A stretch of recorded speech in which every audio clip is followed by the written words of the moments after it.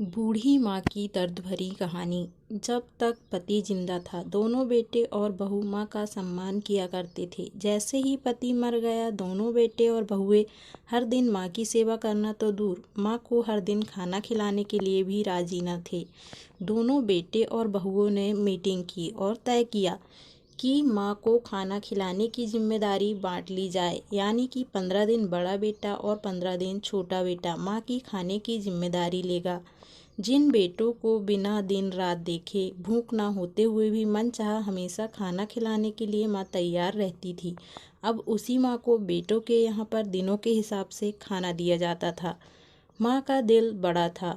माँ को इस बात की खुशी थी कि वह जैसे भी हो अपने बेटों के साथ रह रही है, और इसी खुशी के कारण बेटे के द्वारा दी गई रूखी सूखी भी उसे किसी पकवान से कम न लगती।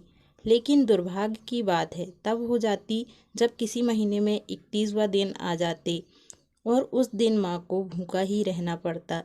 एक बार जब बड़े बेटे के यहाँ 15 दिनों तक का खाना खाने की बारी चल रही थी, तब बड़ा बेटा अपनी बीवी और बच्चे के साथ कहीं बाहर किसी फंक्शन में जा रहा था। बड़े बहू ने माँ से कहा, माँ जी, आज खाना नहीं बनाया है, हम बाहर जा रहे हैं, वहीं खाएंगे, आप अपने लिए कुछ पका लेना और खा लेना। बूढ़ी माँ ने कहा, लेकिन बेटा मुझे तो गैस चलाना नहीं आता।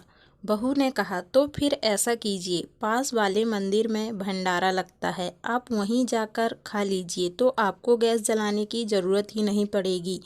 पास में ही खड़ा बेटा और पोता यह सब सुन रहे थे, लेकिन कोई कुछ न बोला।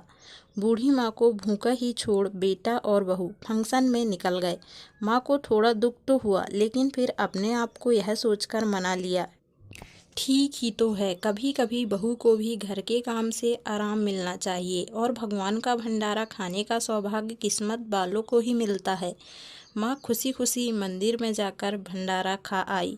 कुछ दिन ऐसे ही बीत गए। एक दिन बड़े बेटी की छुट्टी थी। बेटा और बहू, उनका बच्चा अपने घर में साथ में समय बिता रहे थे। माँ बाप छोटे बच्चों को पूछ रहे थे कि वह बड़े होकर क्या बनना चाहता है और क्या करना चाहता है। छोटे बच्चे ने बड़े ही सरल स्वभाव से माँ बाप को उत्तर देते हुए कहा, वह बड़े होकर वकील बनना चाहता है।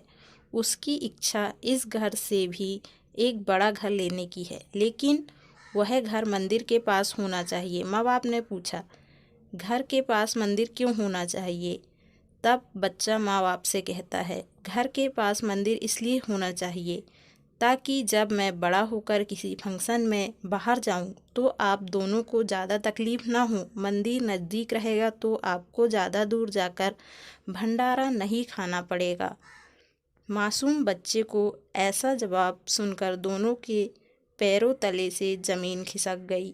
इसलिए हमेशा याद रखो कि दूसरों के साथ वैसा ही बर्ताव करें जैसा तुम चाहते हो कि बाकी लोग तुम्हारे साथ करें, क्योंकि जैसा दोगे वैसा ही पाओगे। यही ज़िंदगी है।